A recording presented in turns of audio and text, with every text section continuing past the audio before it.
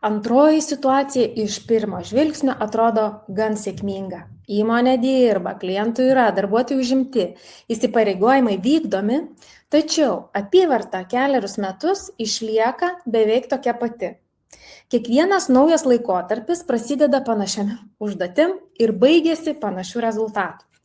Bandant augti, dažniausiai didinamas reklamos biudžetas, samdomi papildomi vadybininkai arba kuriamas naujos paslaugos, tačiau esminis pokytis kažkodėl neįvyksta. Problema gali būti ne paklausos trūkumas, o ir ribotas dabartinės sistemos pajėgumas.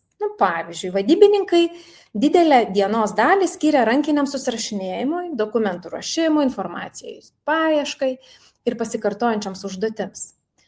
Su klientais, kurie nepriėmė sprendimo iš karto, daugiau nesusisiekiama. Turima klientų bazė beveik nenaudojama, papildomi produktai nesiūlomi, o pakartotiniai pardavimai priklauso nuo paties kliento iniciatyvos. Tai kur dingot? Taigi įmonė nuolat moka už naujas užklausas, bet nepakankamai efektyviau išnaudoja jau turimą klientų srautą. Kitas dažnas apribojimas – tikslios analitikos nebuvimas. Ta labai dažnai pastebim. Vadovas mato galutinę apyvartą, bet nemato, kuriam etape atsiranda apribojimas.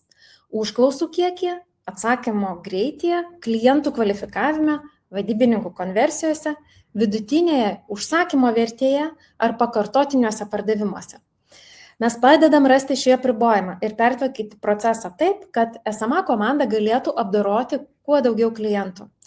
Tam naudojama automatizacija, užklausų paskirstymas, veiksmų standartizavimas, klientų bazės segmentavimas, pakartotino kontakto scenarijai ir valdymo analitika.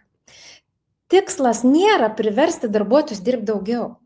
Tikslas yra pašalinti nereikalingus veiksmus ir padidinti kiekvieno proceso etapo rezultatą. Diagnostinio nuotolimo susitikimo metu galime nustatyti, kur yra dabartinės sistemos augimo riba ir kokie pokyčiai leistų augti neproporcingai, nedidinant darbuotojų skaičiaus.